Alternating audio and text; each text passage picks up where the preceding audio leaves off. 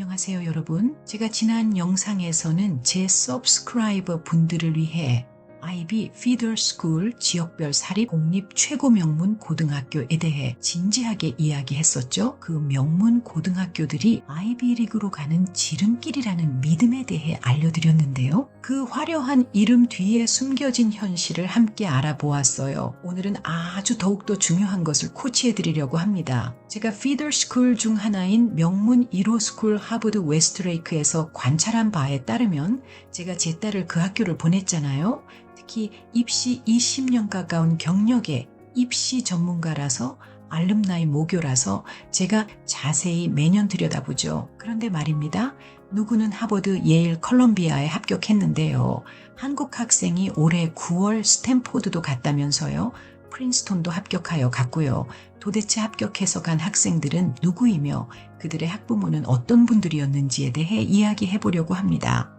여기서 한 가지 짚어볼 점은 하버드 웨스트레이크가 서부의 대표적인 명문 학교로 꼽히지만 아이비리그의 35%를 보낸다 해서 안심할 수 없다는 것입니다.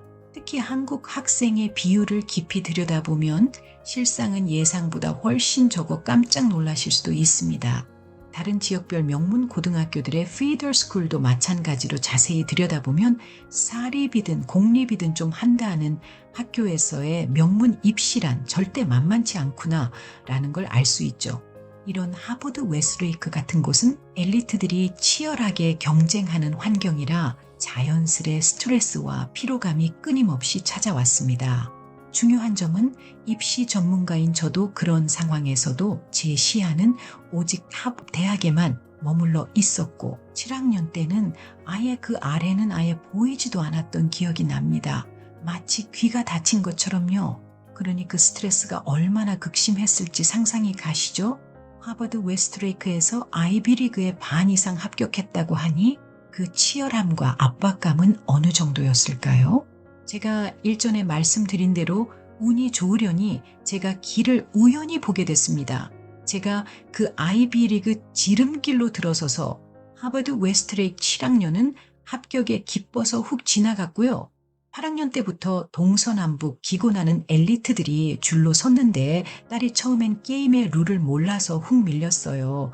누가 무슨 내셔널 랭킹하며 정신이 번쩍 들어서 우리도 서서히 움직여 볼까? 할 즈음이었죠. 나름 뭔가 큰 한방이 필요해. 그 학교가 뒤집어질 만한 획기적인 이벤트든 뭐든 말야 라고 고민도 꽤 할 때였죠. 그때 바로 제 손을 잡아주던 작은 소수 친구 학부모들을 만났어요. 바로 하버드 웨스트레이크 스쿨 의사, 박사, 레거시 학부모들, 절실한 크리스천 친구들. 여기서 나는 너무 놀라운 사실을 발견합니다. 그들은 모두 누구일까? 그들의 공통점은 무엇일까? 그들은 가정 형편이 어쨌든 가정이 모두 화목했어요. 그들은 모두 마음이 차분했습니다. 그들은 아이들과 함께 봉사를 했죠. 그 당시 하버드 웨스트레이크 스쿨에서도 맨 위에서 달리던 엘리트 선수 학생들 학부모였는데 그 중에서도 좋은 사람은 좋은 사람들과 어울리게 돼 있더라고요. 한 가지 놀라운 사실은 가장 높은 곳을 목표로 달리는 학생들과 그들의 학부모들은 남의 시선을 그다지 의식하지 않는다는 점입니다. 그들은 불필요한 관계에 얽히지 않으며 엮이지 않을 사람들과는 처음부터 거리를 둡니다. 사람을 신중하게 사귀기 때문에 관계를 정리해야 할 일도 드물고 그만큼 상처받을 일도 적습니다. 이는 그들이 목표에 더욱 집중할 수 있는 이유 중 하나입니다. 아이의 액티비티도 명확한 목표 설정 및 스토리가 분명히 있었어요.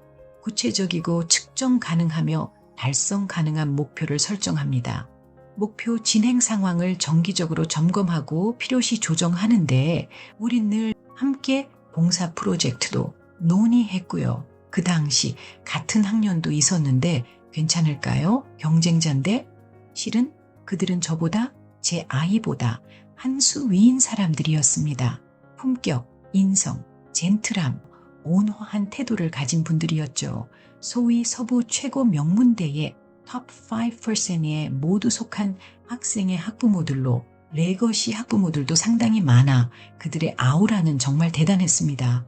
그러니 그들은 모두 최고의 명문대에 합격할 사람들이었고 실제로도 그랬습니다. 그런데 진짜 소름 돋는 점은 제 아이가 그 친구들과 어울리면서 완전히 다른 사람이 되어가고 있다는 겁니다. 마치 매일매일 새로워지는 모습이에요.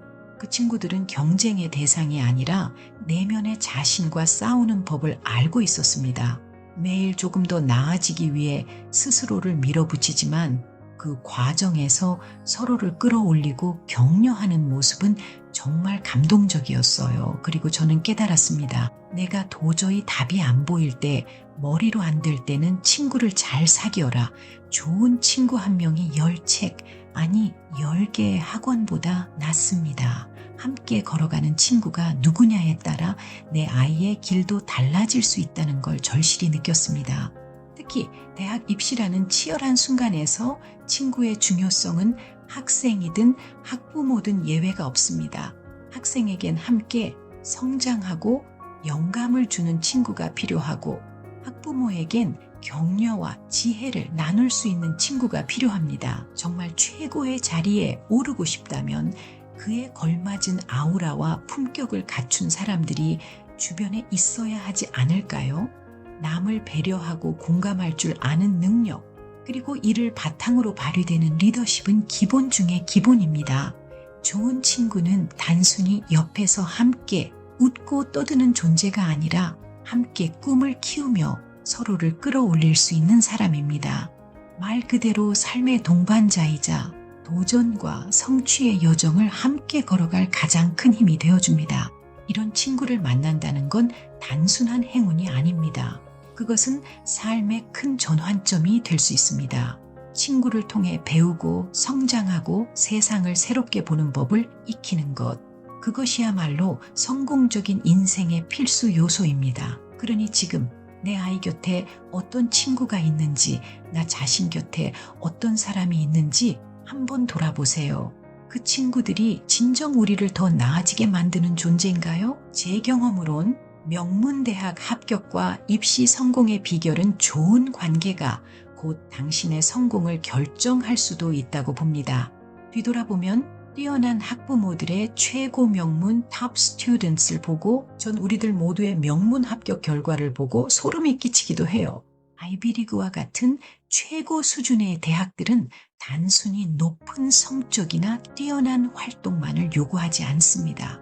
그들은 당신의 인성과 대인관계 능력, 즉 다른 사람들과의 관계에서 어떻게 소통하고 공감하며 협력하는지를 중요하게 봅니다. 대학 생활에서도 그리고 그 이후의 커리어와 삶에서도 성공의 열쇠는 사람들과의 소통 능력, 공감, 그리고 깊은 연결에 있습니다. 사춘기 학생들은 아직 미성숙한 미성년자입니다. 어른처럼 보일지 몰라도 그들은 여전히 때론 아프게 성장하고 배우는 중입니다. 늘 충분치 않고 불안하죠. 과거 어느 날 제 아이가 절친한 친구와 통화하는 장면을 보게 되었습니다. 상대는 하버드 웨스트레이크의 퍼스트 첼로 플레이어였는데 제 아이가 이렇게 말하더군요. 난 너보다 너무 형편없어. 첼로가 난 힘들어. 그러자 친구가 대답했습니다. 네가 디베이트하면 다들 끝장나는 거 모르니? 우리 학교 학생 신문은 너 없으면 이번 달에 못 나온다니까. 네가 더 잘하려고 애쓸 필요가 없어. 이미 충분히 잘하고 있잖아. 그 대화를 몰래 엿듣고 그 친구에게 말이라도 전하고 싶었습니다. 정말 고맙다.